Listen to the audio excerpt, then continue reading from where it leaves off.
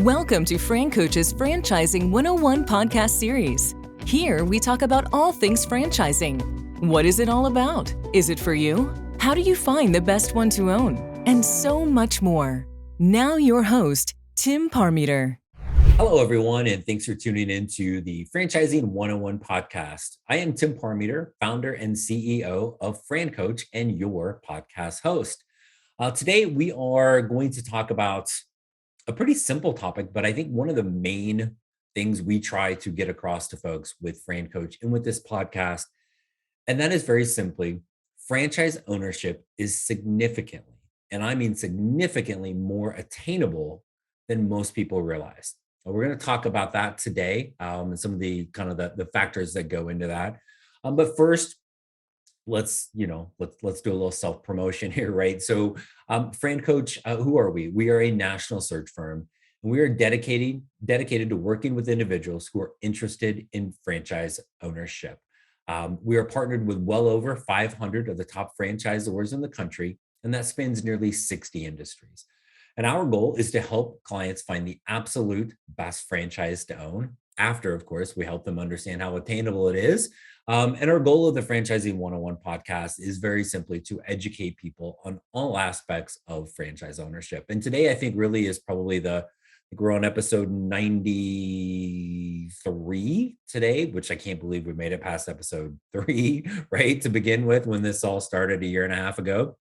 So thanks first off to all of you for helping making that possible. But we talk about educating people and helping them understand franchise ownership, but really, it's like the biggest thing is this is more attainable than most people realize. If you're listening to the Franchising 101 podcast in some way, shape, or form, working for yourself, a business, a franchise, whatever that might be, has crossed your mind. You have found a way to seek this out and find us. And thank you for doing so. And congratulations really on taking that first step towards doing so. I want you to know this is more attainable. So what are we talking about with that? So let's first kind of flip this. What are maybe the myths or perceptions of franchise ownership? What's number one? Money.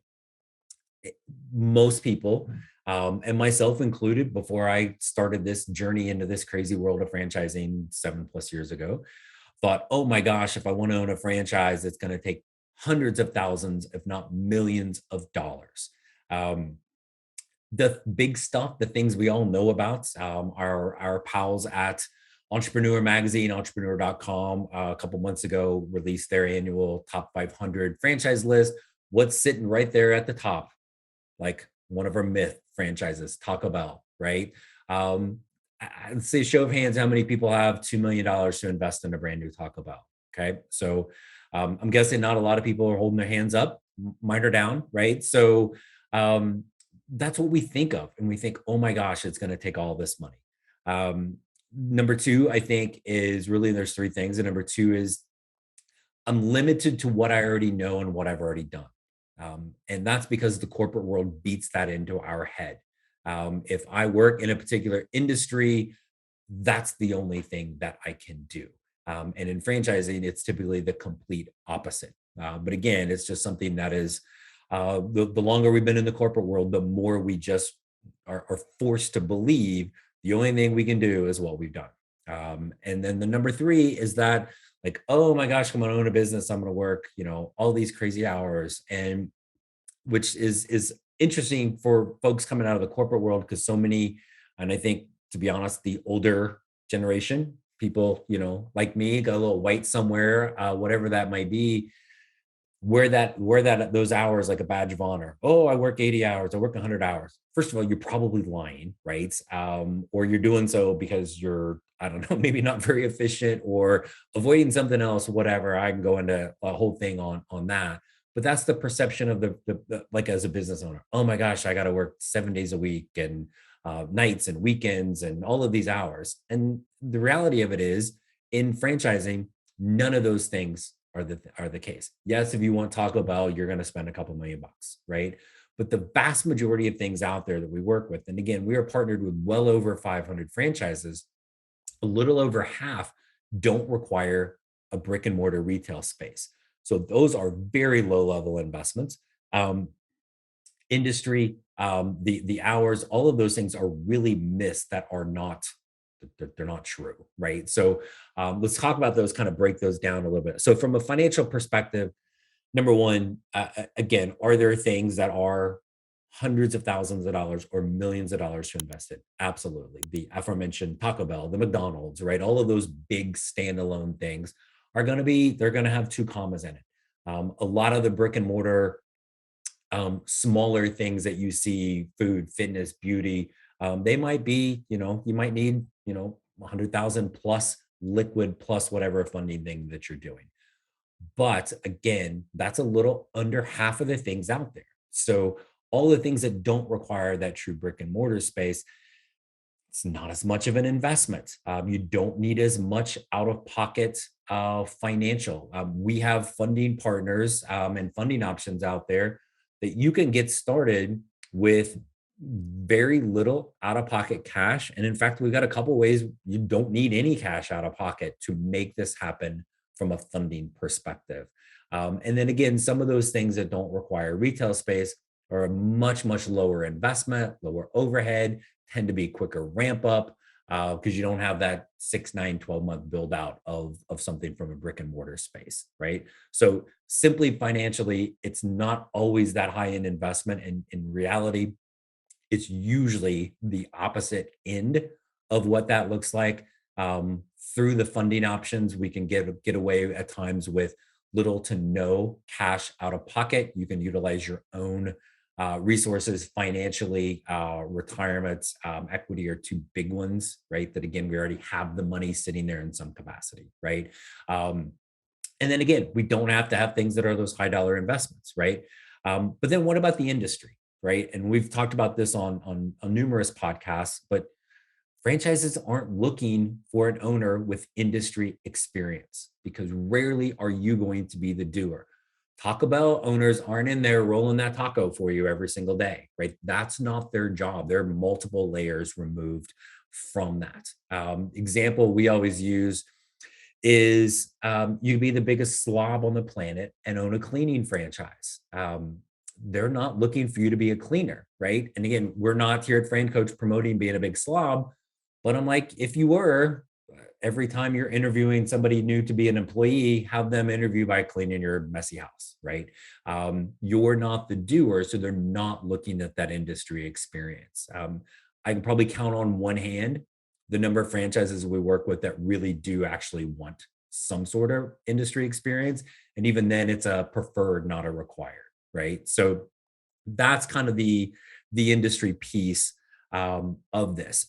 And then the hours, right? So first of all, there's owner opportunities where you are full time in the business, right? That's probably a little over the majority of times people are going to be that full time owner in the business.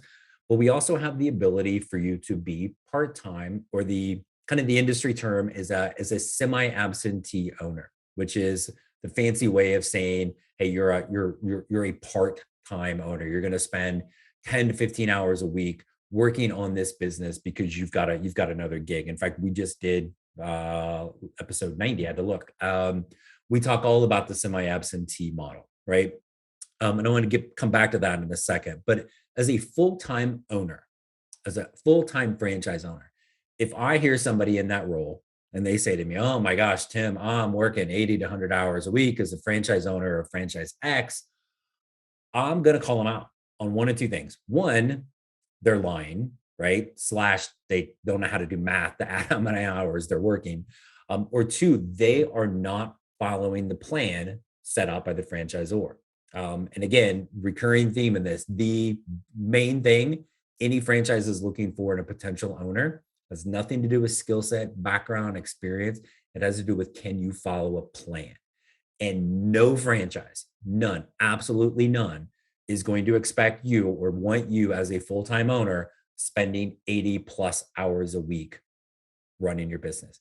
If you're doing that, you are not following the plan because it means you did not hire somebody that you were supposed to do, or probably several somebodies, right?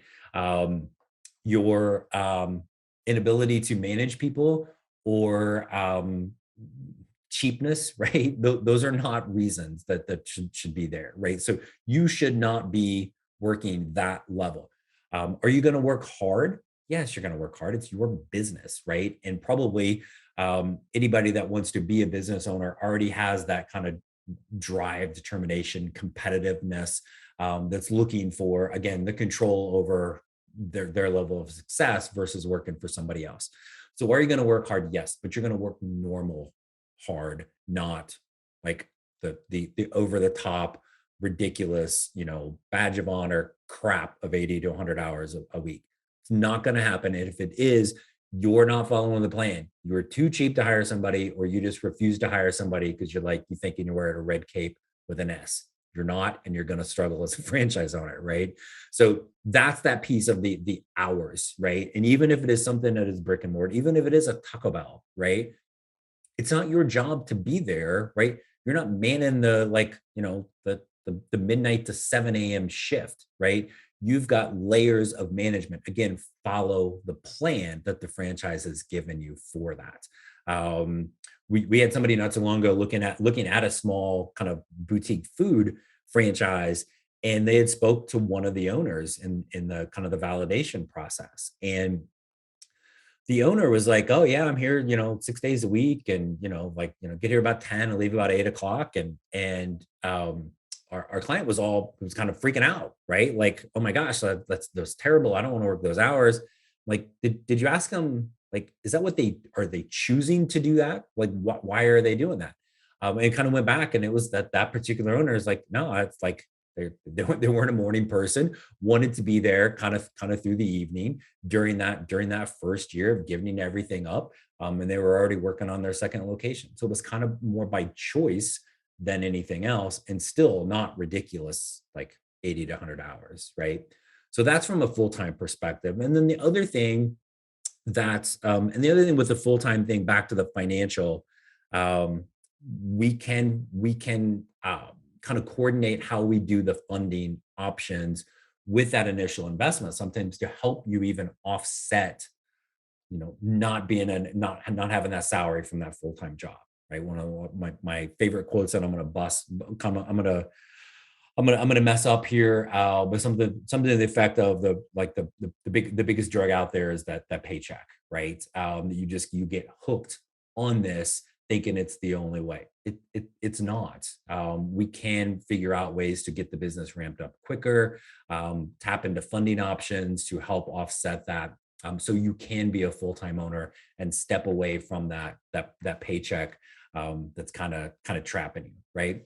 If you're in a situation where you are working, and maybe actually like your job, we do occasionally talk to people that like their job, not often, frankly, but it does happen, right? Or somebody maybe just financially they're not in a position to step away from their job, but really want that business, right? And again, you don't have to quit your job. That semi-absentee, that side gig type of thing is really possible, and darn near half, of the franchises that we work with have that as a potential option for their owners, right? So keep your job, hire that manager, manage them, get that secondary income stream going. Maybe it always stays secondary income, right? Nothing wrong with multiple income streams, right? But maybe it also becomes eventually that exit strategy, so you can step away from the job. Business is kind of replacing the income, and now maybe you're going to continue to grow and expand, whatever that might look like, right? But the kind of the moral of the story today is it is attainable. It is significantly more attainable to be a franchise owner than, again, I think is just across the board common miss, because it's going to cost too much money. I'm limited to this only things that I've done from an industry perspective, or, oh my gosh, I'm going to work so many hours. Doesn't have to cost nearly as much money as the Taco Bells of the world. Usually lop off a zero, or sometimes even less, right? Every industry is a potential possibility because they're not looking for doers. And if you're working 80 plus hours a week, you're not following the plan, which is the number one thing a franchise owner is looking for, or franchisor is looking for anyway in an owner. Follow the dang proven plan. So hopefully, again, that kind of helps. And just kind of interesting kind of backstory how this came about, because we were talking kind of on a team call for FranCoach, and just really kind of stressing that with one of our new team members of like, the whole point of this is really to educate people on this is attainable, right? So much more so. And that's what we want to kind of get across to people, to understand, to at least reach out, get on a call, get on a couple calls with us to learn more, to see if maybe this is the path. And then the comment was made like, hey, maybe we should do a podcast with that. Great idea. Thanks, Katie. So that is really what this is all about. And again, just in general for us, and I always want to thank everybody that does tune in and listen to this. We're so excited that we've got so many people that have reached out and great feedback. We've got another one coming up here in a couple of weeks that is 100% straight from a client of ours we had a first call with last week. And he made a great suggestion on a podcast topic. So that, like, no spoiler alert, but that's coming here in a couple of weeks. So always love hearing that feedback. And again, you have found the Franchising 101 podcast. You have some level of interest in working for yourself. The curiosity, is this attainable? It really probably is. There's only one way to know for sure. You need an expert in the industry that can help you with that. I might know a guy, right? Or gal, right? We're right. We got a whole team of folks here ready to help you at FranCoach. So I highly suggest and highly encourage you to take a moment, reach out to us, francoach.net. Our podcast site is franchising101podcast.net. Send us a message. Let's get a call set up. There's never, ever any fee for our service. So take 15 minutes, have that first call with us. My cheesy joke is we're like Geico. Take 15 minutes, see if this is worth exploring any further. Not helping you with the insurance, but maybe we're getting you on a path to independence, lifestyle, control, financial freedom, all of those amazing things that have gotten you here listening to us today. We'd love to talk to you. Hopefully we'll talk to you very soon. Again, francoach.net. And we look forward to catching you next week on the Franchising 101 podcast. So thanks everybody for tuning in, and we hope to talk to you soon. Have a great day. Thanks for listening to FranCoach's Franchising 101 podcast, where our ultimate goal is to help educate you on all things franchising, so you can create your better tomorrow.